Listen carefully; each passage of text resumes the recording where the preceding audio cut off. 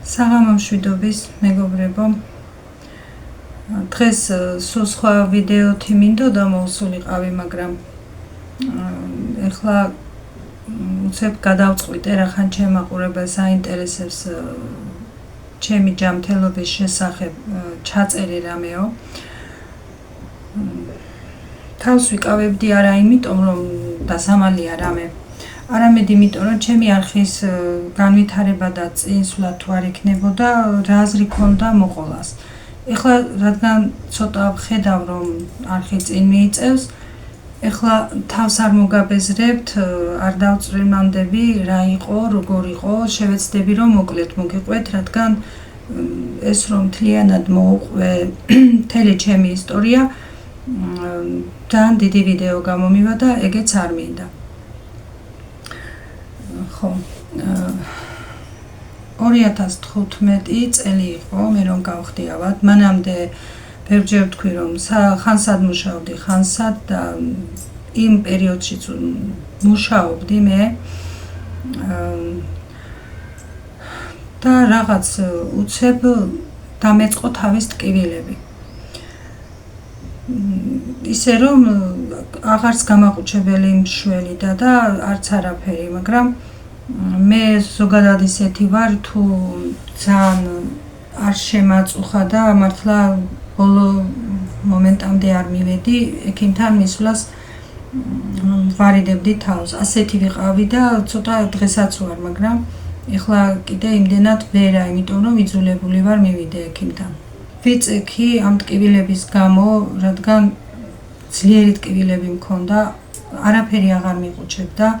მინდოდა ბოლოს უკვე ექიმთან წასვლა, მაგრამ შაბათი კვირა დაემთხვა და ის 2 დღეც როგორმე მოვითმინე, მაგრამ ვაისეთ მოთმინებას. ორ შაბათამდე კვირა დღე იყო, უკვე ძალიან ისეთი წინა პერიოდშიც მქონდა იგივე თავის ტკივილები, წნევის მატება, ბოდიშით და ღებინება, არ მივაქციე ყურადღება, ეს ერთი თვის იქით, არ მივაქციე ყურადღება და მერე ეხლაც იგივე განმეორდა. მაგრამ რადგან შაბათი კვირა იყო, ველოდებოდი რომ ქონოდა რომ მოსულიყო შაბათი და წავსულიყავი ექიმთან, ვერაფერს ვერ ვუკავშირებდი ჩემს ტკივილებს, რადგან თირკმელების პრობლემა მქონდა დიდი ხნის წინ და მომყვებოდა ამ ავადმყოფობამდე, კიდევ მეგონა რომ თირკმელებიდან მოდის ეს ყველაფერი. და ორშაბათი დღე რომ გათენდა, წავედი ექიმთან. ექიმების სახელებს არ დავახსახელებ, რადგან არ მინდა ვინმეს არ შევეხო და ერთ ექიმთან, რომელსაც ძალიან კარგი ავტორიტეტი აქვს და მართლა კარგი ექიმია, მივედი რომ თირკმელებზე შემხედავს და მეტყვის ალბათ მეთქი და ის დღე დილიდან რომ მივედი საათის 4-მდე ველოდე ექიმს და ექიმს მეუბნებოდნენ რომ ოპერაციაზეა, ექიმი დაბრუნდება არ ვიცით როდის, რადგან ოპერაციები დღეს ბევრი აქვს ჩანიშნული, მაგრამ რადგან მივედი ბოლომდე გავჩერდი რომ იქნება შევაღწიო და ვერა და ვერა. ჩაწერილი არ ვიყავი, სიმართლე რომ გითხრათ და ცოცხალ რიგში ვიდექი. 4 ხდებოდა უკვე საათი, წამები აკლდა და ჩემ არ ძალმა თქვა, იქნება და სულ არ არის და რატომ მანამდე არ მოგვივიდა თავში ეს აზრი არ ვიცი. იქნება და სულ არ არის თირკმელები და მოდიო ნევროლოგსაც ვეჩვენოთ, ასეთი ძლიერი ტკივილები რომ გაქვს და მივედით ნევროლოგის კარებთან და უკვე 4-ს გადაცილებული იყო და ნევროლოგი აღარ დაგხვდა ადგილას. 4-ზე სამუშაო თავდება და თავისთავად წასული დარჩა. მე იქედან წამოვედით სხვა ავადმყოფოში და მივედით, იქნება მივუსწროთ ვინმეს, დაგხვდეს და უკვე გაუსაძლისი ტკივილები მაქვს და ნახოთ იქნება ვინმე იყოს ნევროლოგი. მივედით რესპუბლიკურ საავადმყოფოში,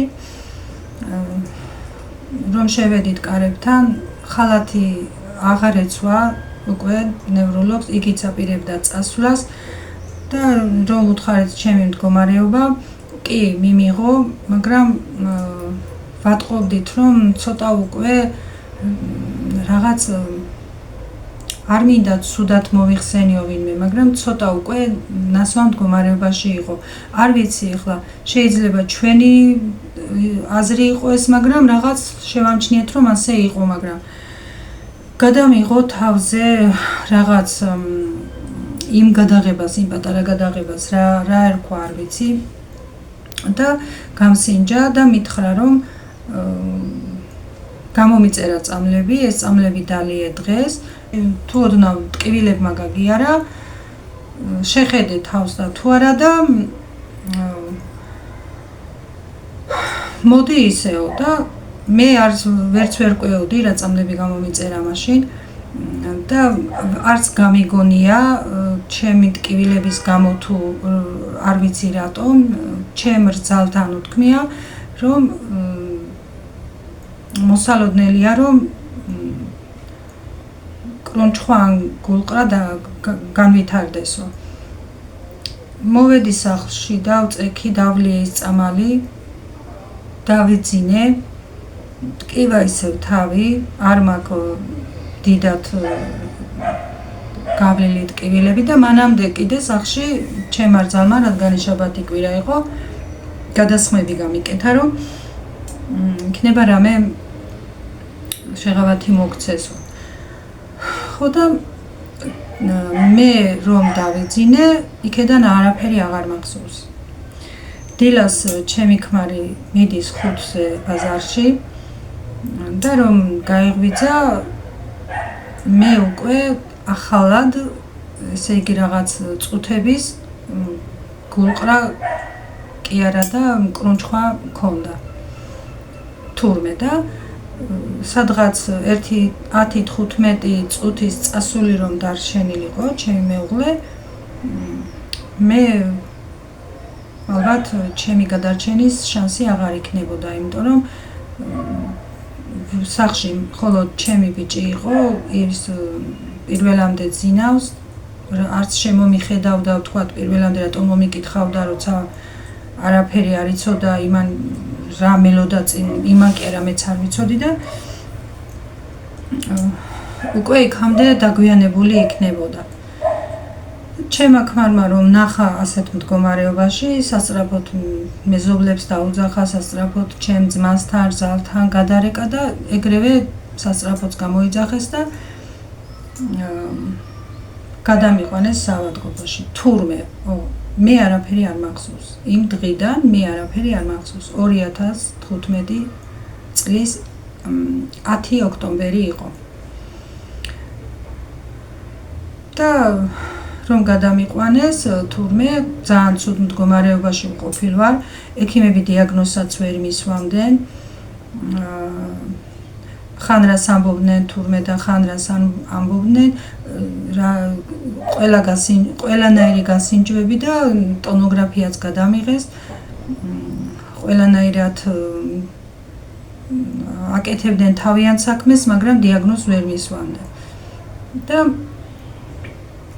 მიდიოდა,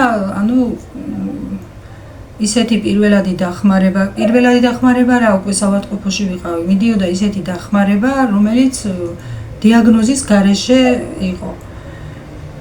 მერე ხან რას დააბრალეს, რომ თავში აღმომაჩინეს მათი აზრით სისხლჩაქცევა და ეგონათ, რომ მე სადმე წავიქეცი და დავარტყი თავი. მერე წავიდა იმის გარკვევა, რომ სამუშაოზე ხომ არ წაიქცა, იქ გადარეკეს, სახლში ხომ არ წაიქცა, გამოკითხვები, თითქოს ვიყავი დაკითხვაზე და მე რა იკითხავდნენ სამუშაოზე და მე საერთოდ არც ვლაპარაკობდი, არც არაფერი არ მახსოვს, გათიშულ მდგომარეობაში ვიყავი. და მერე რომ ვეღარაფერი ვეღარ გააკეთეს, იმ ზუსტად ის ექიმი, ვის კარებთანაც ვიდექი, ის ექიმი დაიბარეს, რომ იქნება იმან დასვას დიაგნოზიო და იმან რომ ნახა დასვა დიაგნოზი, ეს არის გამოწვეული რაღაცებიდან, ნერვულობიდან, ანუ ბევრი პრობლემებიდან, რა ვიცი, გამოწვეული იშემიური ინსულტი და ეპილეფსიური გულყრა. ამიყვანეს მერე თურმე ინტენსიურში, იქ ძალიან ცუდ მდგომარეობაში ვყოფილ ვარ, დიდად ყურადღებაც არ გქონდაო, მერე რაღაც იბრძოლეს და ცალკე გადამიყვანეს პალატაში. მერე ეს ექიმი ნევროლოგი უკვე მადგა თავზე და მეორე ნევროლოგის ერთად დახმარებით ყველაფერს მიკეთებდნენ, მაგრამ მე 13 დღე საერთოდ არაფერი არ მახსოვს, 13 დღე ვიყავი ასეთ გათიშულ მდგომარეობაში.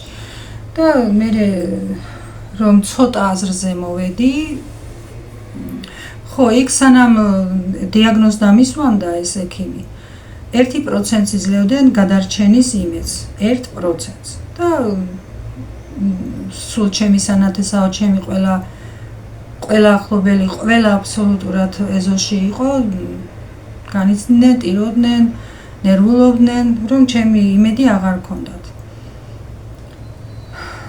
მე-13 დღეს რომ თვალები გავახილე, რაღაცები აღვიქვი, რომ ვიყავი საავადმყოფოში, რომ ვიღაცებს ვცნობდი, ვიღაცებს ვერ ვცნობდი, მაგრამ ერთს ფიქრობდი და მეორეს ვლაპარაკობდი. ანუ ვერ ვახერხებდი იმის თქმას, რაც მინდოდა. და ექიმების თქმით, მე შეიძლებოდა რომ ცალი, ხელი, ფეხი გაჩერებული მქონოდა, მეტყველების უნარი შეიძლება რომ მეტყველების უნარი დაეკარგოს, მაგრამ ტვინს იმ უჯრედს არ არის შეხებული, რომ აზროვნება შეიძლება, მაგრამ საუბარს ვერ შეძლებს. და მე 13 დღის განმავლობაში იქ რა დღეები გამოვატარეს ხვებს, თორემ მე კი არაფერი არ მახსოვს, არც ის ტკივილი, არც საერთოდ არაფერი არ მახსოვს და მე ნელ-ნელა იქ მომიყვანეს იმ მდგომარეობამდე, რომ გამოვედი სახლში, გამომწერეს.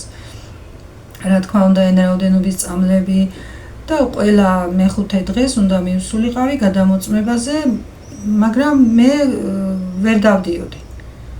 ვიცექილოგინში ვერ ვინძრეოდი და ნელა-ნელა ის ექიმი, ვინც მე მიყურებდა, სახლშიც მოვიდა, სახლშიც რადგან ასე მდგომარეობაში ვიყავი და ძნელი იყო ჩემი გადაყვანა ყველა დღე რომ ეკონტროლებია, მოვიდა სახლში, აქაც ვნახა და ვარჯიშები დამინიშნა, რომ ეს ფეხები ამოძრავებული იყო. და ერთი თვე გავიდა ამ მდგომარეობაში, ერთი თვე გავიდა ზუსტად და ნელ-ნელა დავიწყე პატარა ბავშვით ფეხის ადგმა.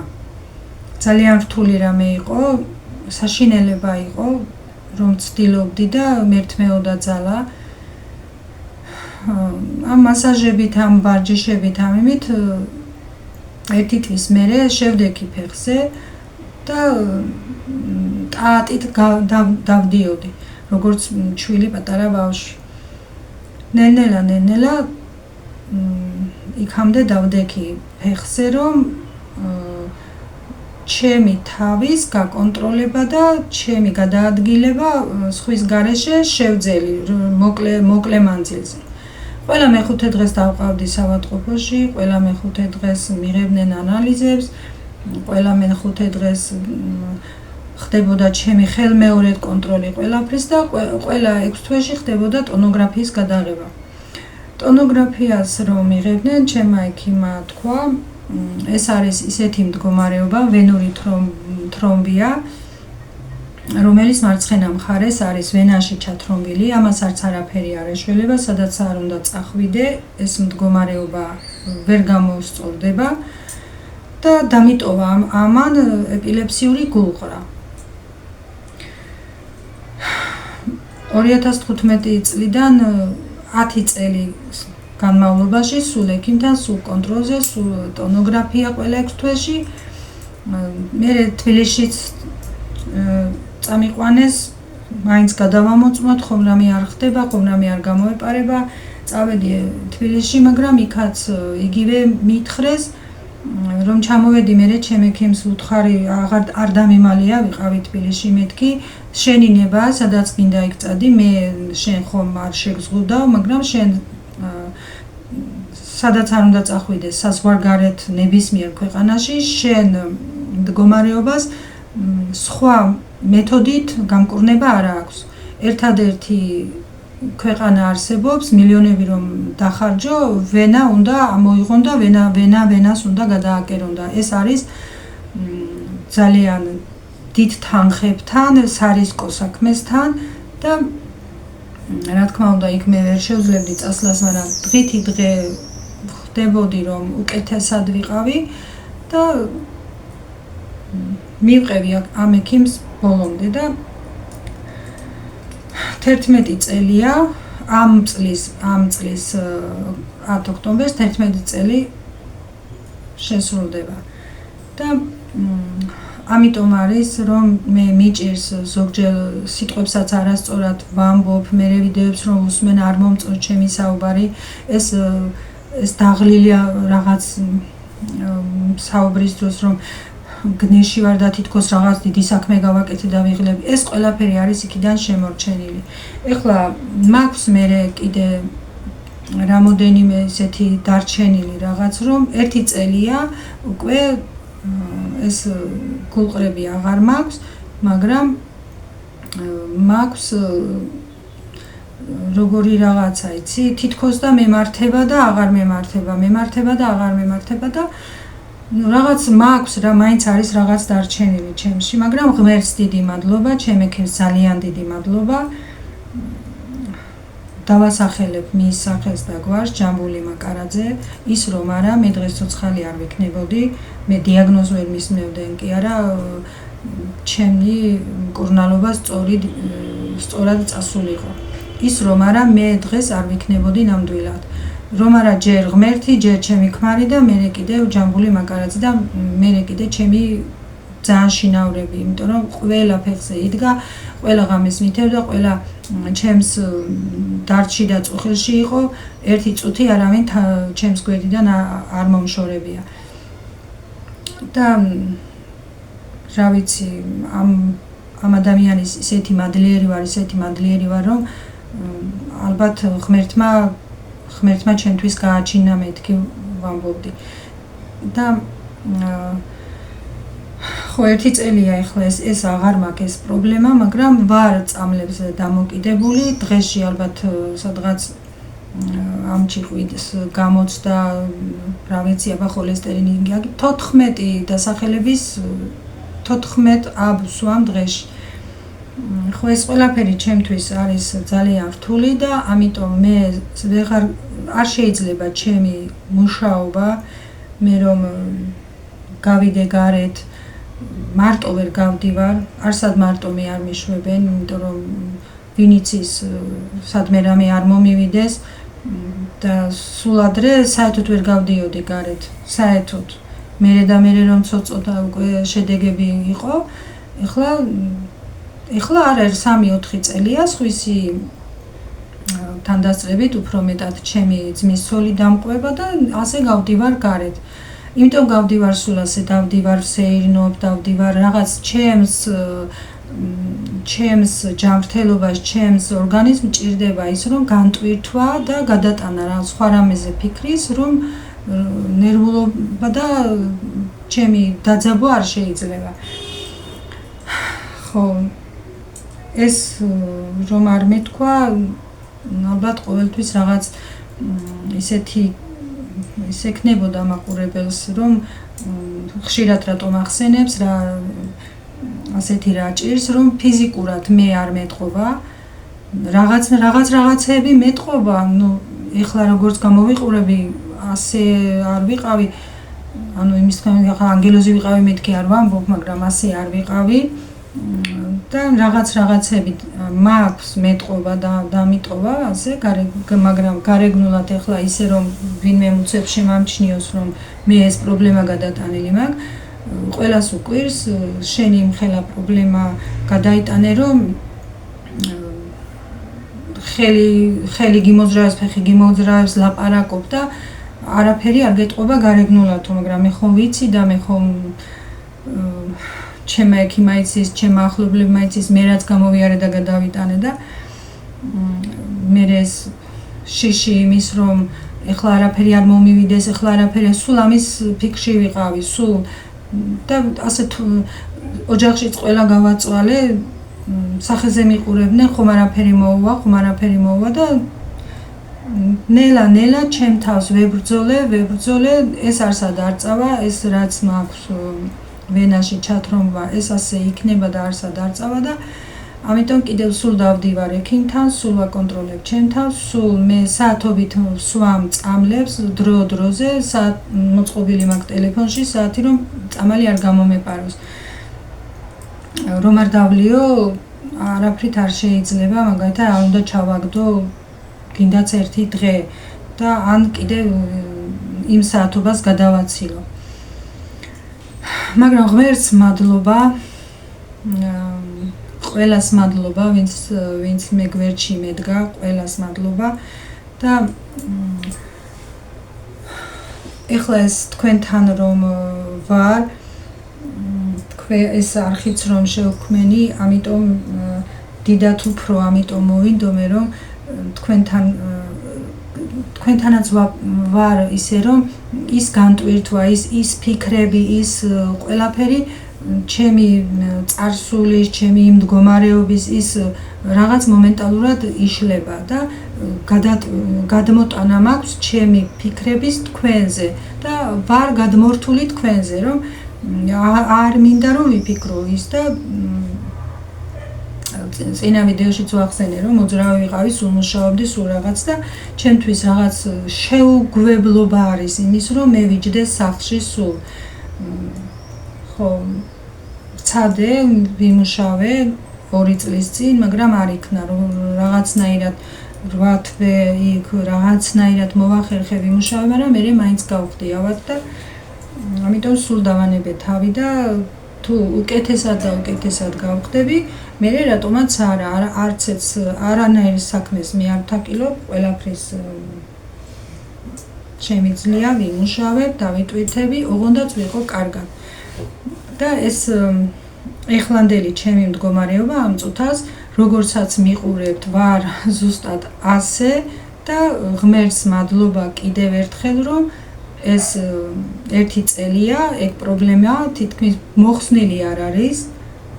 მე რომ ოდნავ ყურადღება გავფანტო, შეიძლება კი რა იგივე დამემართება, მაგრამ გუყრაზე ვამბობ, მაგრამ ისა მე ვარ ამ ჩემ თავს იმდენად ყურადღებას ვაქცევ და სულ დავდივარ ექიმთან და სულ ვცდილობ რომ არაფერი ისე არ გავაკეთო, რაც ჩემთვის არ შეიძლება და ამით ვდგავარ დღეს ფეხზე. სახლშიც ყველა ისია, წამალი არ დაგავიწყდეს, ზარს გაიგონებენ აბა წამალი და ღმერთს მადლობა რა, ოჯახში ვარ, ვუვლი კიდევ მე ჩემ ქმარშვილს, შვილიშვილსაც ვსდიდი, კიდევ მაგრამ ვსდიდი როგორ რაღაც საათობით მიყავდნენ და ასე რომ ვერ ფიზიკურად ვერ ვიტოვებ, იმიტომ რომ პატარა ბავშვთან ძნელია ხო, რაღაც კი ვსდიდი როგორ არა, მაგრამ ჩემი ქმარი რომ მოდიოდა, ჩემი შვილი მიდიოდა, ჩემი შვილი რომ მოდიოდა, ჩემი ქმარი მიდიოდა და ასე ვიტოვებდი, რომ მარტო ვერ ბედავდი. რა წუთში რა დაგემართება და პატარა ბავშვს ხომ ვერ დატოვებ უპატრონოდ. და რა ვიცი, ბევრი რაღაც დამიტოვა კიდე, ხელის ტკივილი დამიტოვა, მაგრამ მაინც ვახერხებ რაღაცებს გავაკეთო, აბა ყველაფერს ვუმკლავდები შეძლების დაგვარად. და აი რა ვიცი, მე მომეყოლა უნდა თუ არ მომეყოლა, ეგეც არ ვიცი, მაგრამ რადგან იყო ამის ინტერესი და ერთმა მაყურებელმა მითხრა, რომ მოყევით თქვენ ჯანმრთელობაზე, დღეს ყველას რაღაც აქვს პრობლემა, იშვიათია დღეს რომ ჯანმრთელი ადამიანი იყოს, მთლიანად ჯანმრთელად იყოს და რა ვიცი, ბოლოს გადავწყვიტე, რომ მე თქვა, რადგან ჩემი მეგობრები ხართ, ჩემი მაყურებლები ხართ და წარმოდგენა შეგიქმენით იმაზე, ну რატომ ვლაპარაკობ სულ ამ ჯანმრთელობაზე. და რაღაცებს საუბრის დროს, ან შეიძლება ეს გადახტომა საუბრის დროს, ან რაღაც სიტყვების ფიქრი, ეს ყველაფერი მახასიათებს იქიდან გამომდინარე და ვიდეოს შეიძლება 40 წუთიანი ჩავწერო, მაგრამ იქ ვშლი რაღაცებს, რომ ძალიან არ ჩანდეს ეს ჩემი დაბრკოლებული საუბრები და ეხლა ისე არ ვარ, რომ აზრს ვერ ვატანდე და ვერ ვსაუბრობდე და რაღაც, მაგრამ ну მაქვს რაღაც შემორჩენილი ცოტა და ამ ყველაფერსაც ვებრძვი. და ეხლა აქ თქვენთან საუბარში, თქვენთან საუბრის დროს, თქვენთან ამ ფიქრში, რომ მე მელოდება მაყურებელი, რომ მე ვარ პასუხისმგებელი, რადგან დავიწყე იმ მაყურებელს მივაწოდო ჩემი ყოველდღიური ცხოვრება, ჩემი რაღაც, ისე გადავერთე ამ თემაზე, რომ იმაზე ფიქრი აღარ მიწევს და ეს ჩემთვის არის ძალიან დიდი რამე. ეს ყველაფერი მოდიოდა ეს ჩემი პრობლემები, ყველაფერი ცხოვრებაში, ბევრი რამე მაქვს, ძალიან ბევრი რამე გადატანილი, ნერვულობა, რაღაცები, ეხლა მაგეებს არ შევეხები და აქედან წამოვიდა ყველაფერმა და ერთად მოიყარა თავი და ბოლოს ალბათ ვეღარ გაუძლო ჩემმა ორგანიზმმა და მოხდა ის, რაც მოხდა. ასე რომ მეგობრებო, ეს მინდოდა თქვენამდე მომეტანა, ძალიან ბევრი ფიქრის მერე გადავწყვიტე, რომ დღეს მეთქვა. თავი თუ შეგაწყინეთ, თავი თუ მოგაბეზრეთ, ძალიან დიდ ბოდიშს გიხდით. მოვალ აწი სულ მხიარული ვიდეოებით, მოვალ რაღაც ისეთი ვიდეოებით, რომ ასეთი დაძაბულობა არ შემოვიტანოთ თქვენ ცხოვრებაში და არ არის ადვილი ვიღაცის ასეთი ისტორიების მოსმენა. მესმის, ეს ბოლო იყოს და აღარ ვილაპარაკებ ამ ყველაფერზე. რაც იყო, წარსულს ვერ ჩავაბარებ, მაგრამ ვცდილობ ყველანაირად ვიდგე ფეხზე და ვცდილობ ყველანაირად, რომ თქვენთან აღარ ვილაპარაკო ამ თემაზე და თუ სადღაც ჯანმრთელობას სიტყვას ვახსენებ, ეგეც სწორად გამიგეთ რატომ ვამბობ. სულ ეს იყო მეგობრებო, ამ საღამოს რისი მოყოლაც მინდოდა. მშვიდობიან ღამეს გისურვებთ, ყველას ჯანმრთელობას გისურვებთ, უსაზღვრო სიხარულს და სიყვარულს გისურვებთ და ჯანმრთელობაზე წინ არაფერი არ არის. ჯერ თქვენ თავს მე არავის ფსიქოლოგი არ ვარ და არავის არ ვუტარებ თქვათ გაკვეთილებს და არავის არაფერს ვასწავლი, მაგრამ თქვენ თავს მიხედეთ, რომ მერე სხვას დანარჩენს მიხედოთ და მიაქციოთ ყურადღება. ჩვენ თუ არ ვიქნებით კარგად, ჯანმრთელად, იმდენად მაინც რომ ჩვენს ირგვლივ ოჯახის წევრებს, შვილიშვილებს მივხედოთ, იმას არ ვამბობ ეხლა, რომ ჯერ თავო და მერე სხვაო. უბრალოდ იმას ვამბობ, რომ როგორმე უნდა მივხედოთ ჩვენ თავს, რომ მერე სხვას დანარჩენს მივაქციოთ ყურადღება. თორემ ყველაზე რთული ის იქნებოდა მე რომ დღემდეც ლოგინში ყოფილიყავი, უმოძრაოდ, ხელფეხ გაჩერებული და მოსავლელი რომ ყოფილიყავი. ღმერთმა ამისგან რომ დამიფარა, ამაზე დიდი ბედნიერება, რა ვიცი რაღა უნდა იყოს, რომ ცხოვრებაში ბევრი რამე ხდება, მაგრამ რაღაცეები უნდა გადავხარშოთ ისე რომ არ ვართ და დღეს ასე ვართ, ამის მადლიერები ვიყოთ უფლის და რა ვიცი, აი ჯანმრთელობაზე წინ არაფერი არ არის. ამას ვიტყოდი მე, რაც გამოვიარეთ ჩემი მდგომარეობიდან, ჯანმრთელობა ყველაფერი ჯერ და მერე დანარჩენი. ქონება ყველაფერი შეიძლება ჯანმრთელმა ადამიანმა მერე შეიძინო და გააკეთო. თუ ჯანმრთელობა არ გექნება, ვერც ვერაფერი ვერ გექნება. კარგით მეგობრებო, აბა კიდევ ერთხელ ჯანმრთელობას გისურვებთ, მშვიდობიან ღამეს გისურვებთ და გვიყვარდეს ჩვენი თავი. აბა, ბედნიერად.